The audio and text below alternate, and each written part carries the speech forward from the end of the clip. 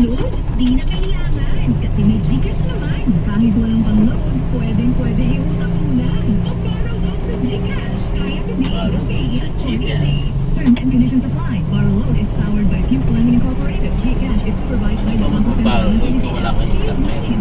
Supervised by the Ah. Banco Central ng Philippines. Ay. By the Securities and Exchange Commission. Diba? Registered number CS20161. Internet pa, bubuksan yung apps ng Gcash. Kaya nga, bubo rin yan. Ano eh.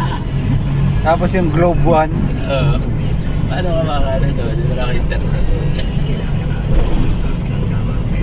bubo rin yung gumawa niyan eh. Dati libre yung ano eh, yung Globe. Facebook, ay yung Messenger. Yung sa Globe dati, di ba?